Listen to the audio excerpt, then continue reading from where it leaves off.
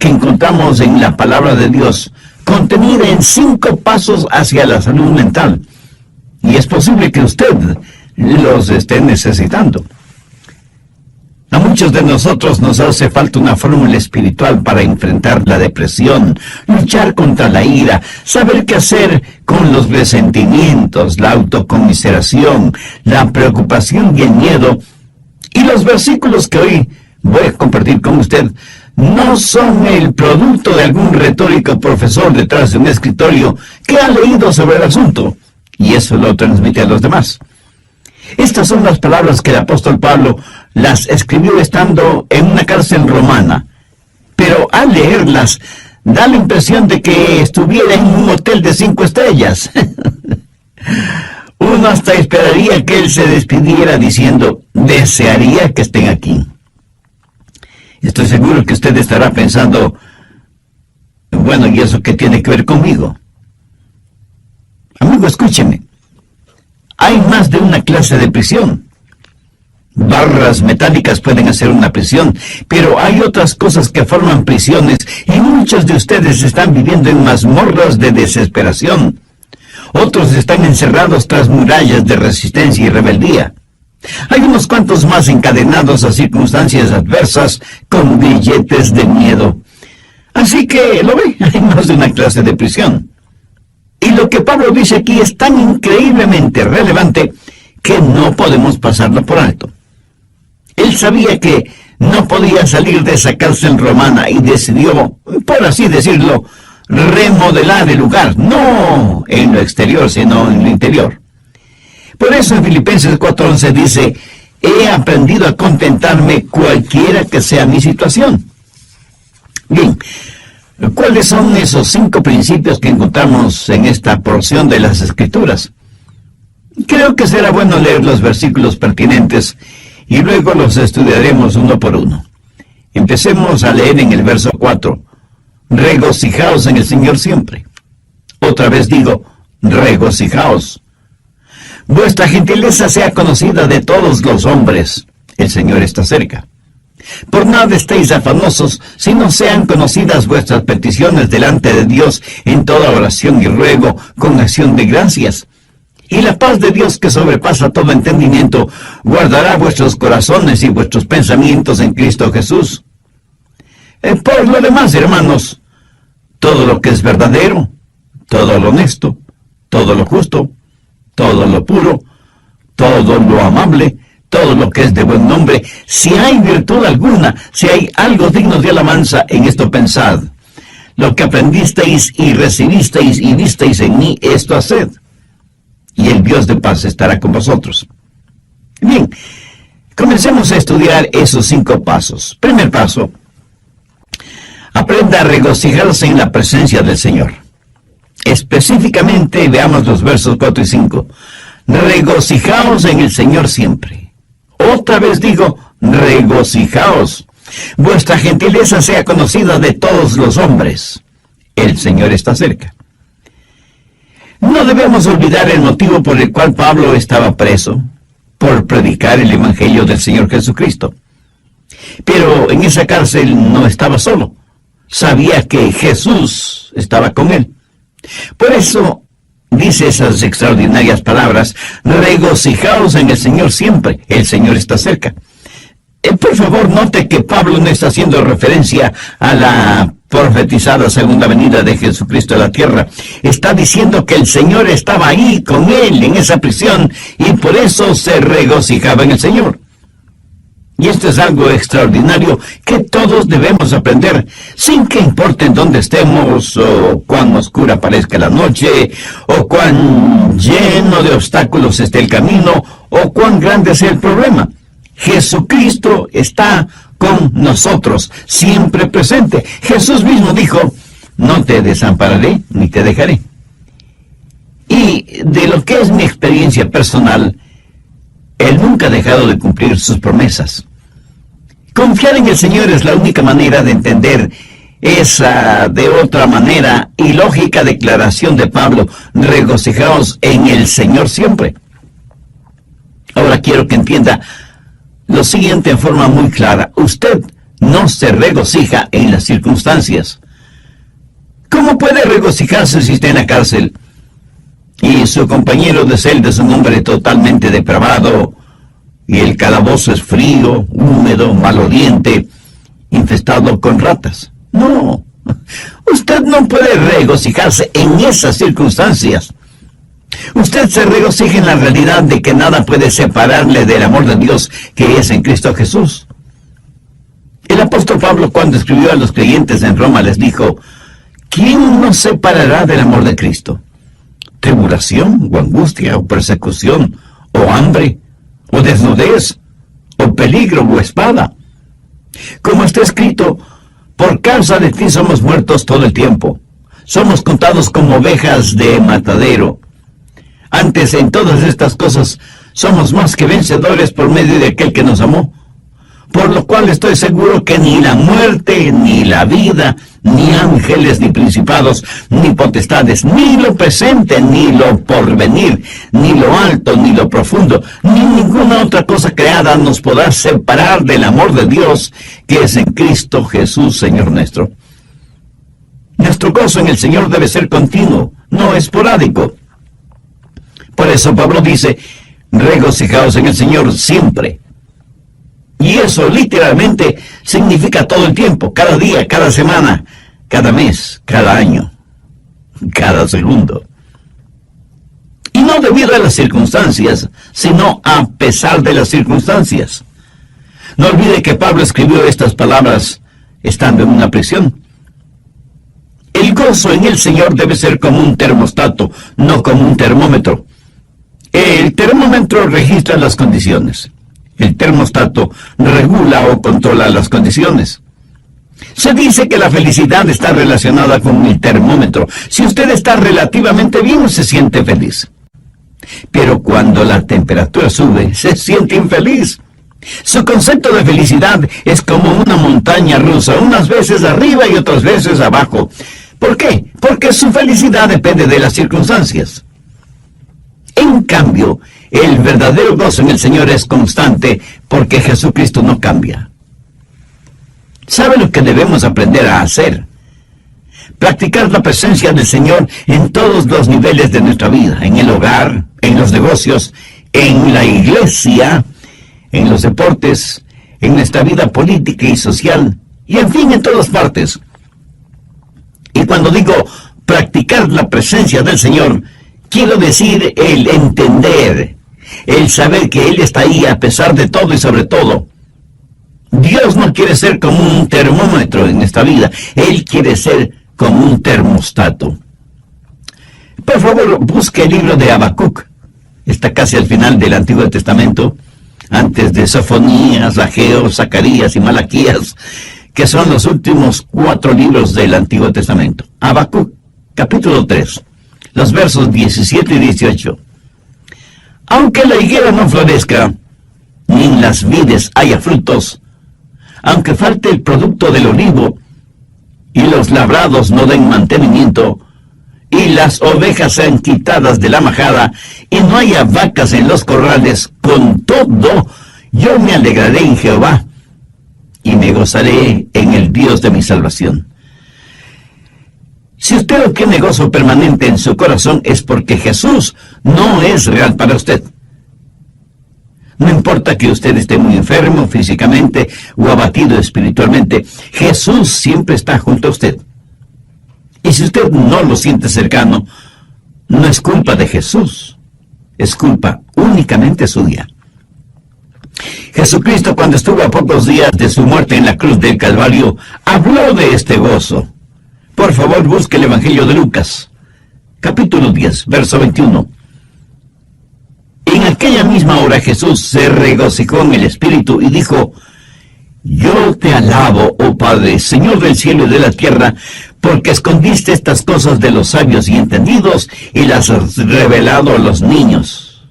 Sí, Padre, porque así te agradó. Y un poco antes de ser arrestado, juzgado y sentenciado a morir en la cruz, Jesús dijo: estas cosas os he hablado para que mi gozo esté en vosotros y vuestro gozo sea cumplido. Veamos lo que dice el Salmo 16:11. Me mostrarás la senda de la vida, en tu presencia y plenitud de gozo. Eso es lo que, en síntesis, Pablo está diciendo. Aunque lo habían puesto en la cárcel y estaba fuertemente encadenado, no pudieron hacer lo mismo con el Cristo resucitado que estaba con él en esa prisión. Aunque los carceleros romanos no podían verlo, era una realidad. Sobre todo para Pablo ese momento. Regocijaos en el Señor siempre. Entonces el primer paso es regocijarse en el Señor.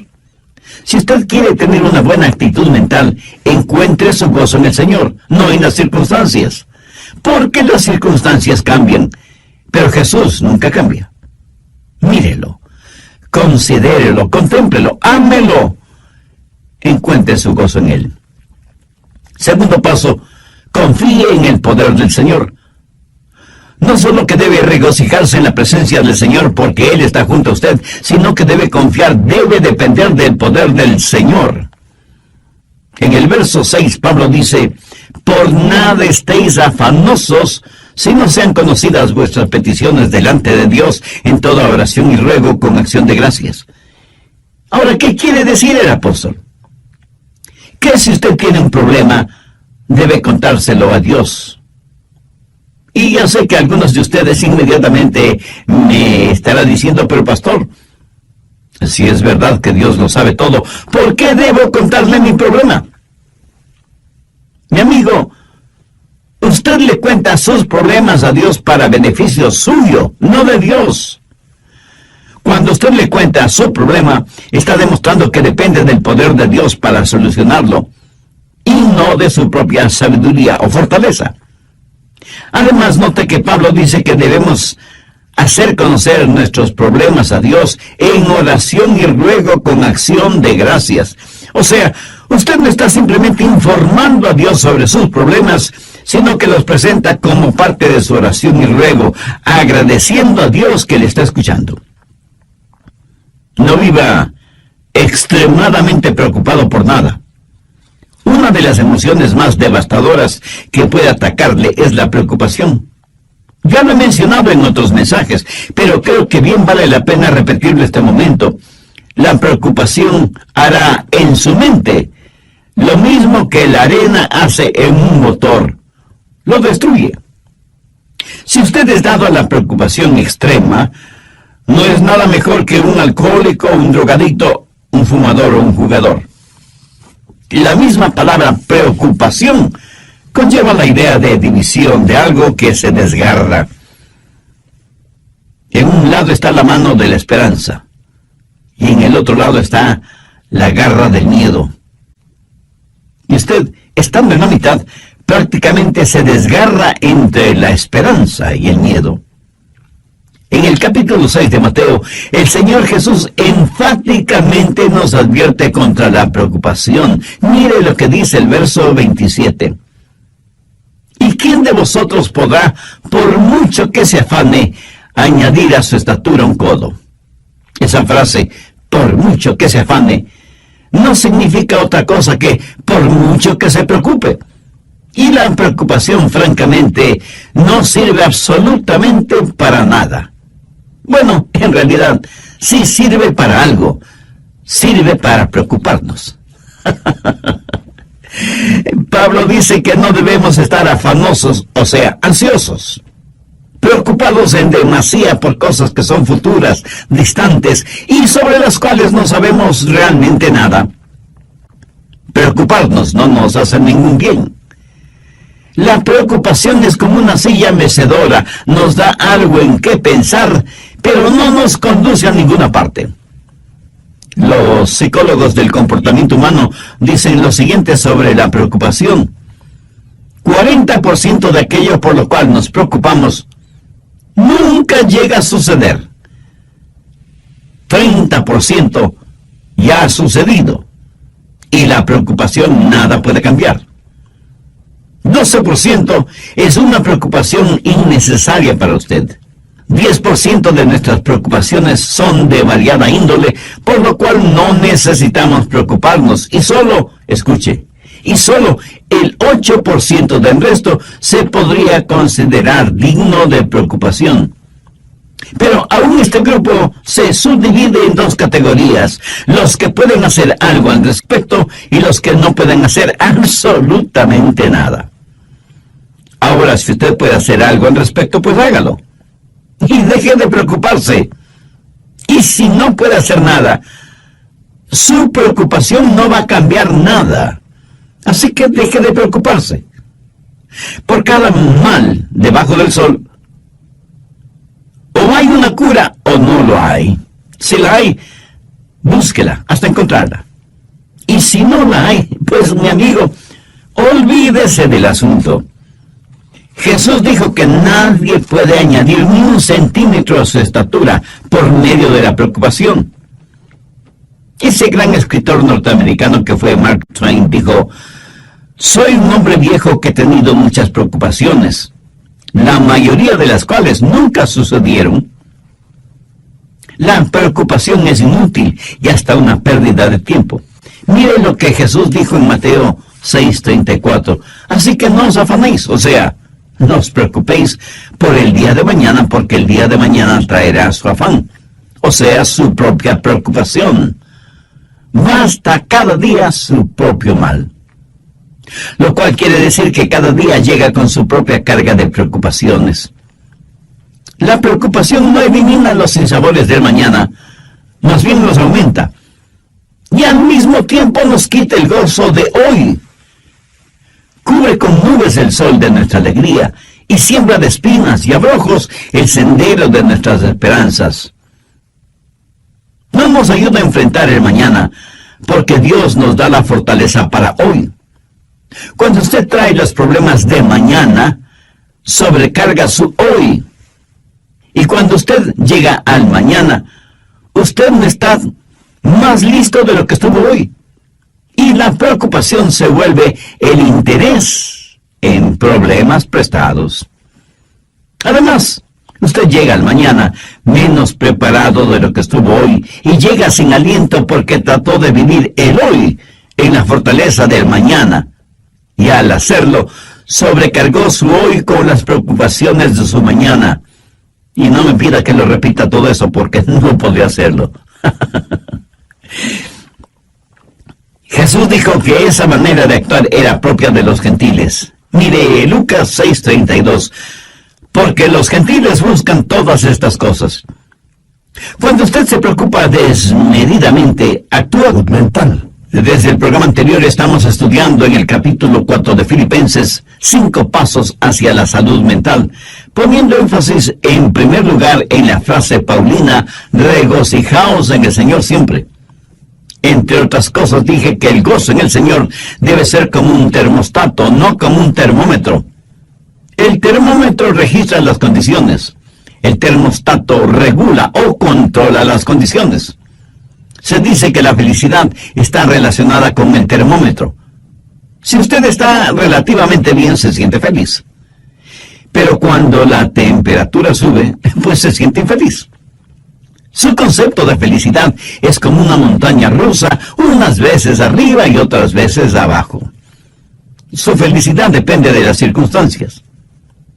En cambio, el verdadero gozo en el Señor es constante, porque Jesucristo no cambia. Bien, vamos a continuar con el material para hoy.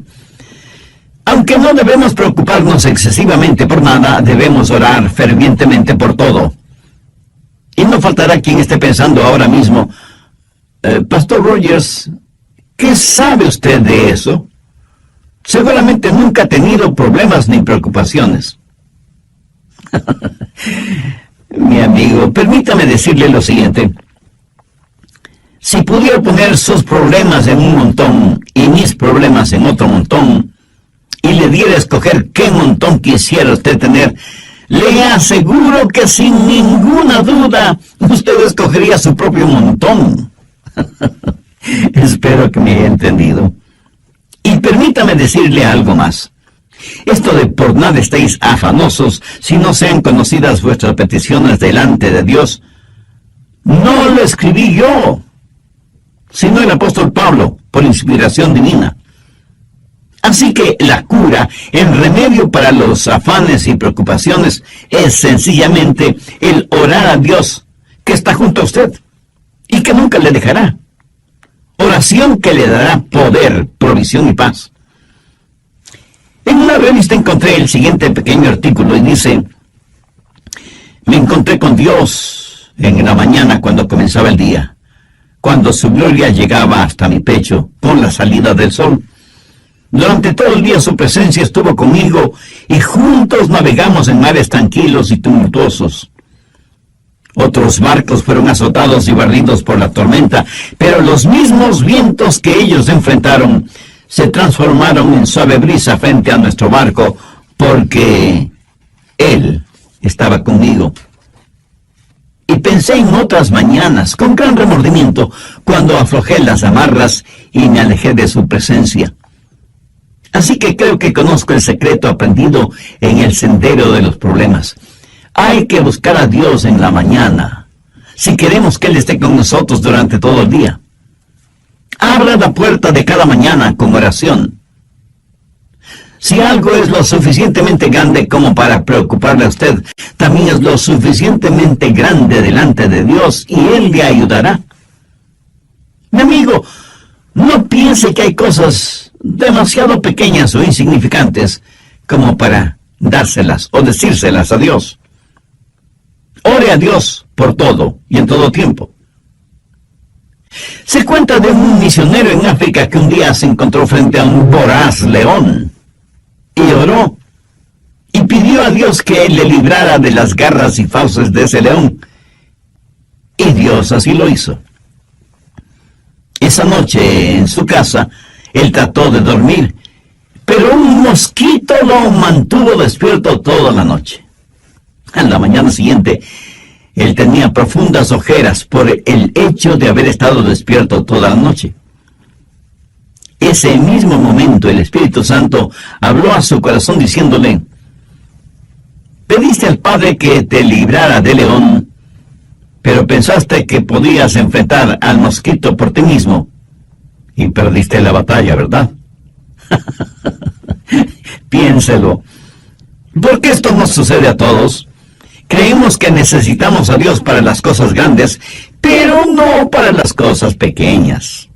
Esas las podemos manejar nosotros mismos. ¡Qué tremendo error!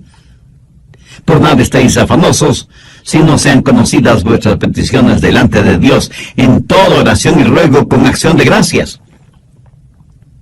Algunos dicen: pastor, es que yo no quiero molestar a Dios con cosas insignificantes. Y yo a la vez tengo que preguntarle: y si son insignificantes, ¿por qué se preocupa tanto por ellas? ¿Hay algo que sea demasiado grande o demasiado pequeño para Dios? ¿Sabe cuál es en realidad nuestro mayor problema? El dejar a Dios fuera de nuestros problemas. Tercer paso: medite en la provisión del Señor. Cuando pedimos a Dios que nos ayude, debemos hacerlo con una actitud de agradecimiento. Pablo termina el verso 6 con las siguientes palabras: con acción de gracias. Ahora, si usted le pide más a Dios, pero no le agradece por lo que ya le ha dado, yo no creo que sus oraciones serán contestadas como usted quisiera que le contestaran. ¿Sabía que no hay mayor expresión de fe que la gratitud y que la preocupación es la mayor expresión de ingratitud? Piénselo. La gratitud es la mayor expresión de la fe y la ingratitud es la mayor expresión de la ingratitud, de la preocupación, de la incredulidad. Por lo tanto, rehúse el preocuparse innecesariamente. Deje sus problemas en manos de Dios y agradezcale a Dios por lo que ya ha hecho y por lo que hará por usted. ¿Por qué Pablo nos anima, nos pide, nos exhorta a tener un espíritu de gratitud, siendo que él mismo está preso y encadenado en una inmunda prisión romana? Pues debido a las bendiciones que había recibido, A veces tenemos que saber enfocar las cosas. A veces nos encerramos en nuestra autocompasión y fracasamos en ver las bendiciones de Dios. No reciba las cosas como que las mereciera, sino con profunda gratitud. Busque el Salmo 68, 19. Bendito el Señor. Cada día nos colma de beneficios el Dios de nuestra salvación. Note que después de este verso hay una palabra, Selah. Esta palabrita significa piense, medite en lo que acaba de leer.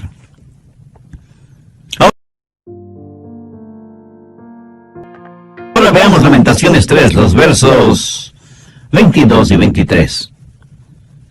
Por la misericordia de Jehová no hemos sido consumidos, porque nunca decayeron sus misericordias. Nuevas son cada mañana. Grande es tu fidelidad. Si usted se encuentra en una cárcel, agradézcale a Dios por sus bendiciones espirituales. Si goza de libertad física, agradézcale a Dios por sus bendiciones espirituales. En todo tiempo y en toda ocasión, agradézcale a Dios por las bendiciones visibles, así como por las bendiciones invisibles.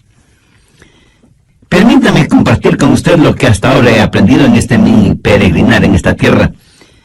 Las personas ingratas son, por lo general, personas infelices. O sea, no saben lo que es la alegría, la felicidad. Algunas personas, en vez de ser humildemente gratas, son altivamente ingratas. Y creo que todos conocemos a personas así. Son personas llenas de amargura, temores, negativismo, egoísmo y autocompasión. Amigo, regocíjese en la presencia del Señor, confíe en su poder, medite en las provisiones de Dios. Cuarto paso, descanse en la paz del Señor. Veamos Filipenses 4:7. Y la paz de Dios, que sobrepasa todo entendimiento, guardará vuestros corazones y vuestros pensamientos en Cristo Jesús. La paz de Dios está ahí para guardarle y para protegerle. Cuando Pablo estuvo en la cárcel, lo más probable es que estuvo custodiado por soldados romanos día y noche. Después de todo, Pablo era un prisionero importante. Y el apóstol, mirando a esos soldados romanos, se dijo: yo tengo algo mejor que me protege. Tengo la paz de Dios. Él tenía el gozo mismo de Dios, protegiéndole, guardándole, aún dentro de esa lóbrega celda. Él sentía la presencia de Cristo en él, en esa prisión. ¿Qué clase de paz es la que tuvo Pablo? La paz de Dios. Y esta no es una paz provista por las circunstancias. Las circunstancias que ese momento rodeaban a Pablo podían ser cualquier cosa menos portadoras de paz. La paz de Dios no es la eliminación de los problemas en la vida, sino el aumento del poder para entender esos problemas. Usted no mantiene esa clase de paz. Esa paz lo mantiene usted. La paz de Dios está muy por encima de lo que podemos entender. No está encerrada en una botella de licor, ni en una hipodérmica con droga. Un doctor no se la puede recetar. Un psicólogo no se la puede proporcionar. Un amigo no se la puede brindar. Lo académico no se la puede enseñar. La religión no se la puede otorgar. Y ninguna ley se la puede dar. Usted lo obtiene directamente de Dios. El Señor Jesús dijo: la paz os dejo, mi paz os doy. Yo no os la doy como el mundo la da. No se turbe vuestro corazón ni tenga miedo. Mi amigo, esa es nuestra herencia. La paz que el mundo no puede dar es la paz que el mundo no nos puede quitar. Encuentre su paz en Jesús. En Isaías 26:3 leemos: tú guardarás en completa paz aquel cuyo pensamiento en ti persevera, porque en ti ha confiado. Quinto paso: reflexione en los propósitos de Dios. No sería nada raro que usted esté pensando, ¿y cuál es el propósito de Dios para mí? Bueno, la respuesta está en Filipenses 4:8. Por lo demás, hermanos, todo lo que es verdadero, todo lo honesto, todo lo justo, todo lo puro, todo lo amable, todo lo que es de buen nombre, si hay virtud alguna, si algo digno de alabanza, en esto pensad. Usted puede escoger sus pensamientos como escoge a sus amigos, o sea, podemos y debemos ser selectivos tanto en lo que permitimos entrar en nuestra mente y en los amigos que tenemos. Si usted quiere poner en su mente basura intelectual o religiosa o moral, pues está en la libertad de hacerlo. Pero el otro lado de esa moneda es que si usted quiere poner en su mente pensamientos honestos, justos, puros, agradables y positivos, está también en la libertad de hacerlo. ¿Cómo puede pensar en todo lo que Pablo dice en el verso 8? ¿Cómo puede dejar de pensar en las cosas incorrectas? Pues pensando en las cosas correctas. Sencillo, ¿no le parece? Ya lo he dicho varias veces que Dios nos ha hecho en tal forma que es imposible que tengamos dos pensamientos diferentes al mismo tiempo en nuestra mente. Así que, si está pensando lo que debe estar pensando, no tendrá tiempo para estar pensando en lo que no debe estar pensando. Mi amigo, ese es el mejor remedio para los malos pensamientos. Si usted está pensando en las cosas correctas, le aseguro que le será imposible pensar en las cosas incorrectas al mismo tiempo. Ahora, Pablo no está hablando acerca de hechos, sino acerca de la verdad, de la honestidad, de las cosas que son puras, que no son torcidas.